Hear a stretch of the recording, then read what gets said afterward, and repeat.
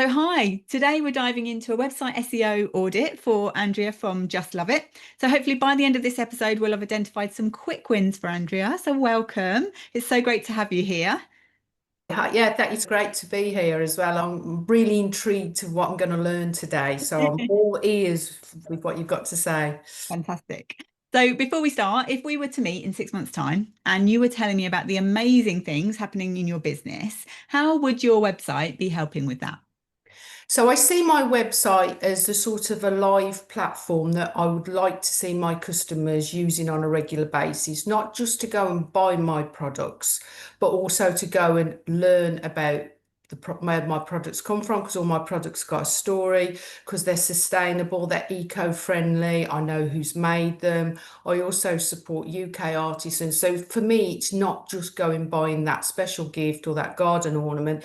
It's about understanding what goes into that. So I need more people to know about that because at the moment it's quite labour intensive going to events, which I do every weekend, and I go and speak to lots of people, and they're very enthusiastic about what we do because our main ethos is about giving back. So whether that's giving back to people through fair trade or giving back to the environment by it being sustainable, or our planting a tree program, which is great. So I want to drive all those people that are interested in that into my website.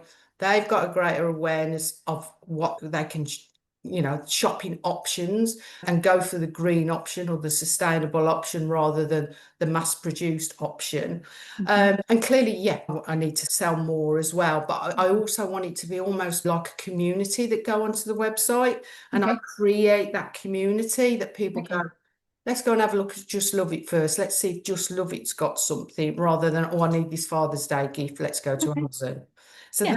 that's what I'm trying to do. It's that awareness piece because when I'm out at events, that's what gets people as enthusiastic as me about my products. And clearly, there's only one of me, so Mhm. I want my website to be multifunctional, not Okay. just a landing page. Okay, so it needs to get the message across, spread the word about the amazing thing that you do, and be getting more sales coming in. Let's Yeah, say. So if you were absolutely. thinking Yeah, six yeah, months' time, yeah. yeah, yeah. Okay, fantastic. So before we start, just tell us a little bit about your business and how your website currently sits within your marketing activities. You've probably covered a little bit of that already, but just tell us a little Yeah. bit about that.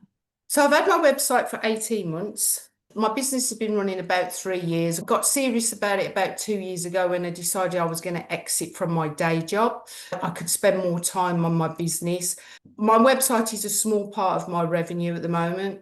And part of the strategy going into 25, 26 is to drive more traffic to my website. So website's relatively young. We've made some changes to it to try and create that community and to link a bit more information into it. So I Mhm. suppose what I would be interested from is the consumer's experience when they go on to Just Love It.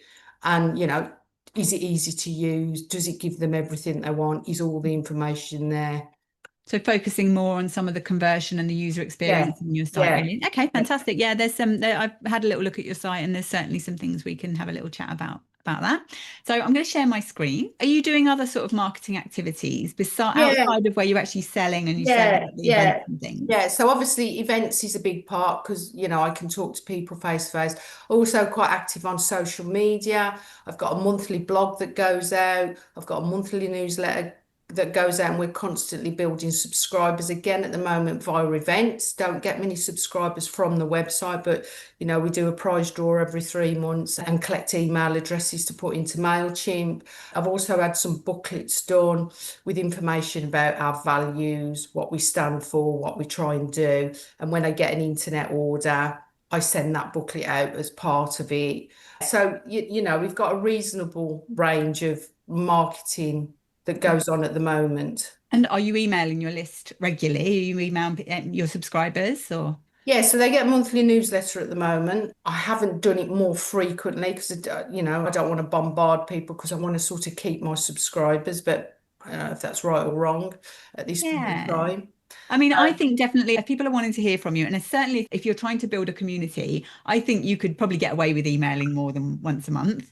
And Right. if people don't stay subscribed, then maybe think, are they the people that want to be hearing from you? Because we all have gifts to buy pretty much every month. Someone's got a birthday, it's Father's Day, it's Mother's Day. Something's always going on, isn't it? So I think if you were helping your community, if part of the thing is you want to help people to make great decisions about the gifts that they're buying for people, then we're all way too worried about, offending our list, I think, really. But Right. we are people, these people have actually asked to subscribe to you. They want to hear from you. And actually, if you're helping them to understand an amazing new product that's just come in, and that could be part of the thing of being on your email list, is you hear about the new things before they even come in. So they could put pre-orders in and things like that. I would say don't be scared about emailing your list Right. more often. The Okay. people that want to hear from you will stay there, and the ones that don't, you can let them go, and it makes room for new people to come in who want to hear Okay. from you. Okay. So yeah, Yeah. definitely. I think it's a really common problem though. And I definitely have that feeling myself of, oh, I can't send that extra email. But Yeah. actually, and especially with what you do, there's so much new, interesting stuff that you could be sharing. I think, yeah, don't be scared to email your list. Okay. Okay. Yeah. Official permission to email your Thank list. you. Thank you. So, how much have you thought about your messaging and like the story behind what you do? Not necessarily the story behind how you set up and where your products come from and things like that, more the story of how you fit into people's lives. So, I'm a really big fan of Donald Miller's stuff, and he is the Build a Story brand guy, where he talks about the customer being the hero of the story.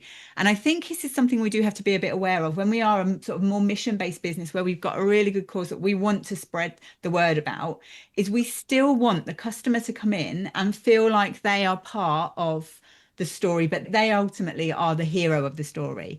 So maybe thinking about what is your ideal customer sort of aspiring to? What kind of things are they looking for? And how can you tell your story around that? It certainly isn't something that will just pop into your head and you've got it fixed overnight. It's something that you'll be working on probably for quite some time, working on getting that story right so that people understand as soon as they come into your website. I always say that they should understand within 3 seconds what you do, how you're going to make their life better, and what they need to do to get it.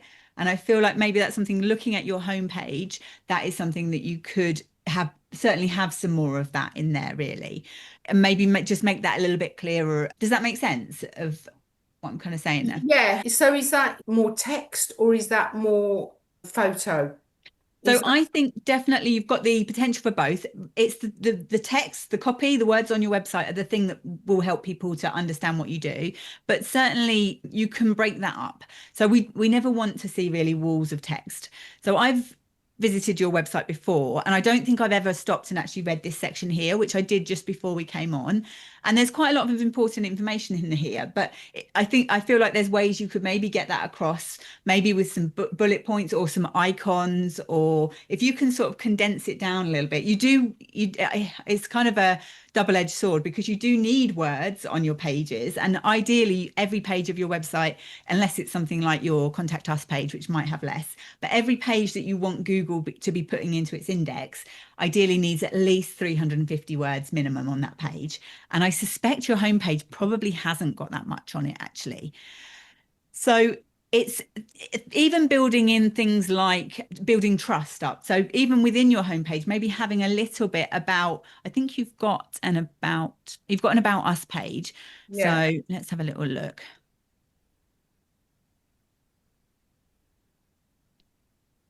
So maybe, yeah, even building in something, it doesn't necessarily have to be a sort of wall of text like this, but maybe just something in there, a little section on your homepage where people know immediately when they're on your homepage, they know who you are. That immediately helps to get that trust across. And that wouldn't necessarily, as I say, be a big about us section. It would just be a little bit about your story. And then you could always have that as a read more, and then that takes you through to your about page. Ultimately, what you're trying to do with that is, if the customer is the hero of the story, you are their trusted guide. So you're the person who's going to make it easier for them to make those great decisions about the gifts they're buying. You're the person who's going to hold their hand and walk them along that journey of helping them to connect with these amazing people and these amazing products are then going to help to make their life better ultimately. And I know it sounds a bit cheesy saying it that way, but you can break it down and certainly make it. It doesn't have to be cheesy, basically. But Yeah. having things like that on your homepage, and also then maybe, have you got any blogs or anything? So I do a monthly blog, so that will be in About Us. Ah, because Um, I couldn't find it earlier. So that I yeah, would so definitely say that. because you've got this mission and you want to be spreading the word, So if you go I into news, it's news, okay, yeah. So so I would definitely think about how you can make this clearer of that it's a blog or that it's articles or that it's something that actually you could even have a blog menu on the navigation menu here potentially. I think definitely your navigation menu, you could make a few tweaks to that to make it a little bit more streamlined for people to come into. So is this individual article? So yeah, so this got is the about half a latest dozen. one, this one. Okay. The one on the left-hand side Yeah. there. Okay. Decorations for your Yeah. So outdoor is it a space. it's a fairly new blog, is it? The articles you've got on there? That's a brand new one. Try and do one a month. Yeah. So I'm a firm believer in not blogging for the sake of it. If I was looking at an e-commerce site, I would be definitely thinking about the pages that are closest to the sale first. So I would be thinking about your product pages, optimizing those, optimizing your homepage, and then thinking about what blog content do you need to support the homepage and to support the product pages. And that can be ultimately what we want our blogs to be doing. And especially now as we're moving into AI search, a lot of those blog informational type queries are being answered already from Google or ChatGPT within those searches. So that's not to say that blogging isn't important. It still absolutely is. But what we want to be thinking about with our blogs is how can we use our blogs to help to support those other pages where people are more likely to then actually come through to our website. So like the sales pages, the product pages. And what do we need to do in our blogs to show that we are an authority in on the topic that we talk about?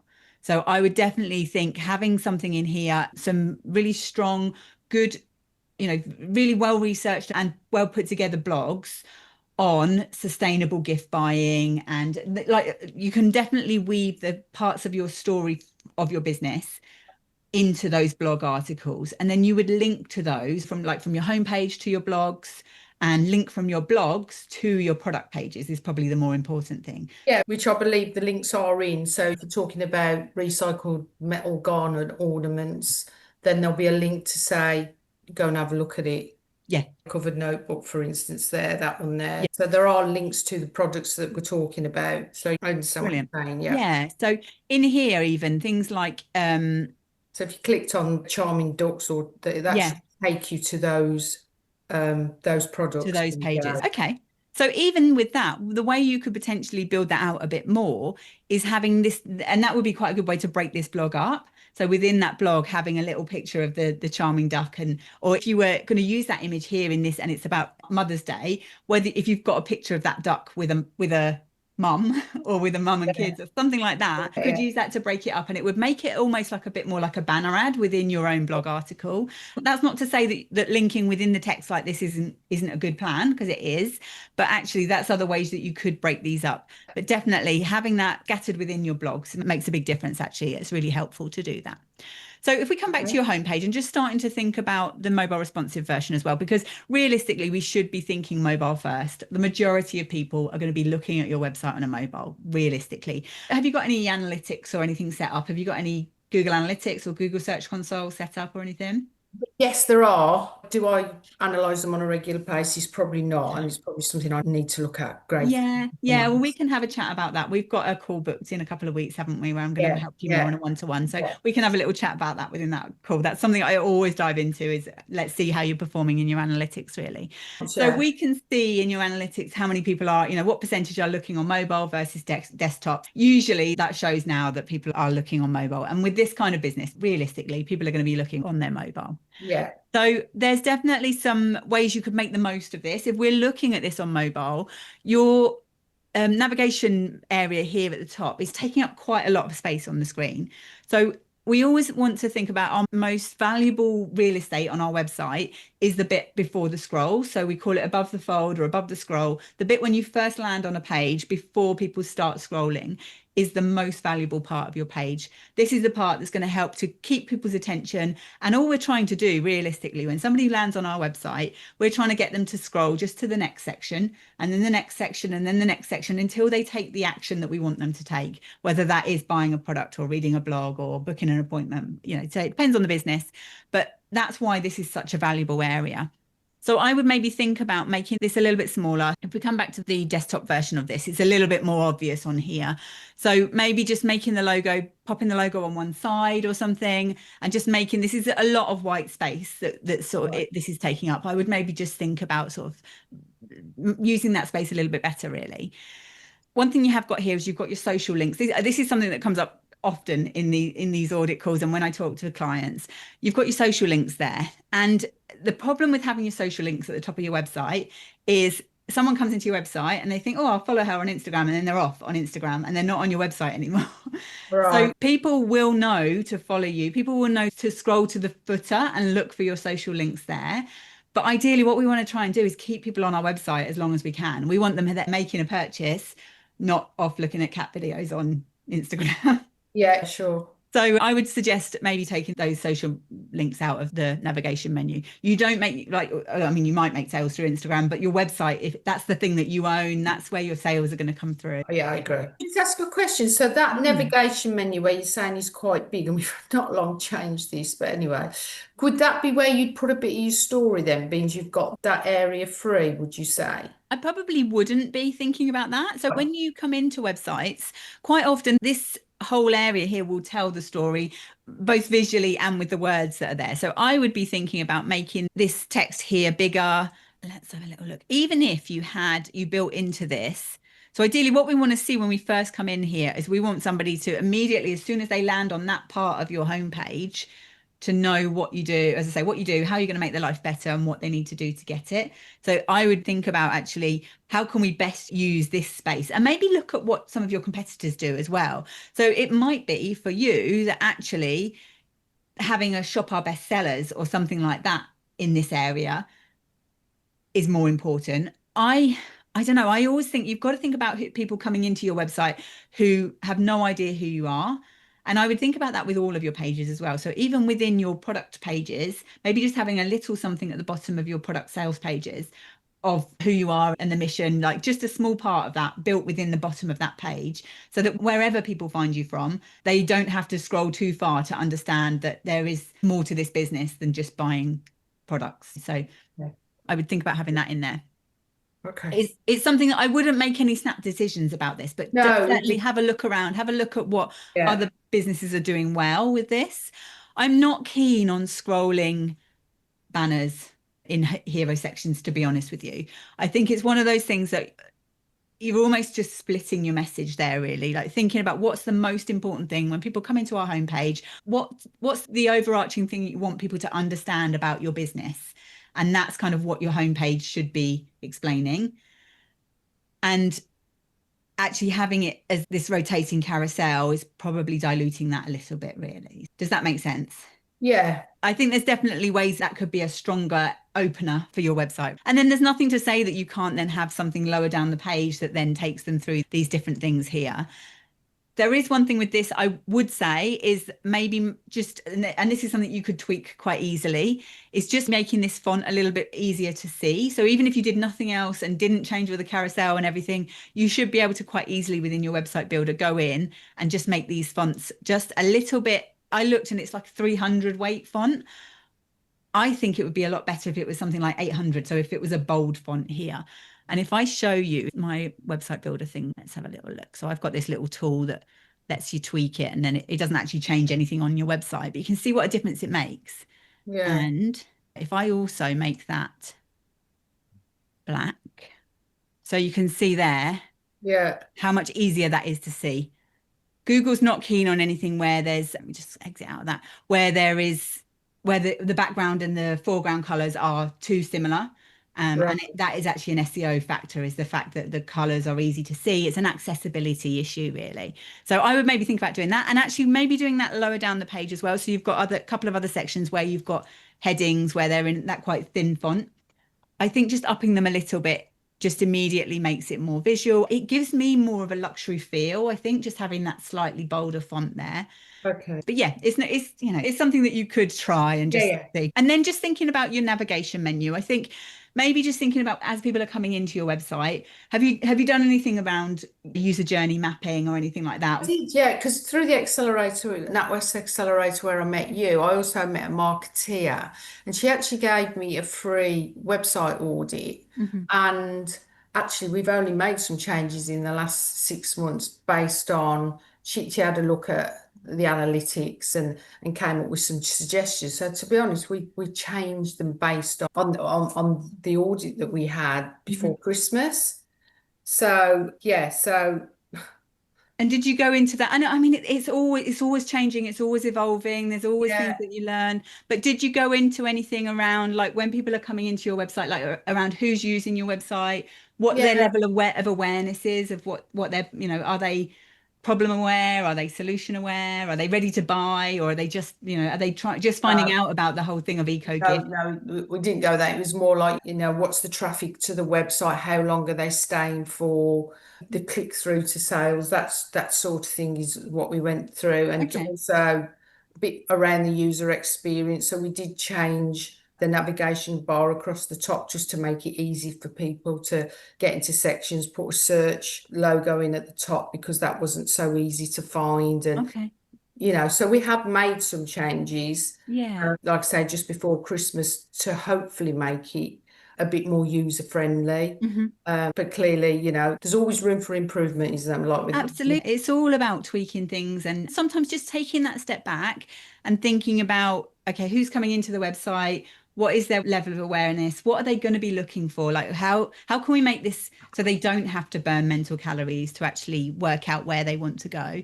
And sometimes that could be adding in extra things like, as I mentioned, shop our best sellers, those kind of things. yeah, The only thing I would say, and the one thing that sort of stands out to me about your navigation menu is there's too much there. So it's immediately, as soon as you come in, there's too many items in that navigation menu from my point of view. But in terms of this top level navigation, I think that could definitely be streamlined. And it's something that happens a lot where websites try and get everything in that top navigation. It then doesn't necessarily make it easy for people to find where they need to go and find what they want to find, really.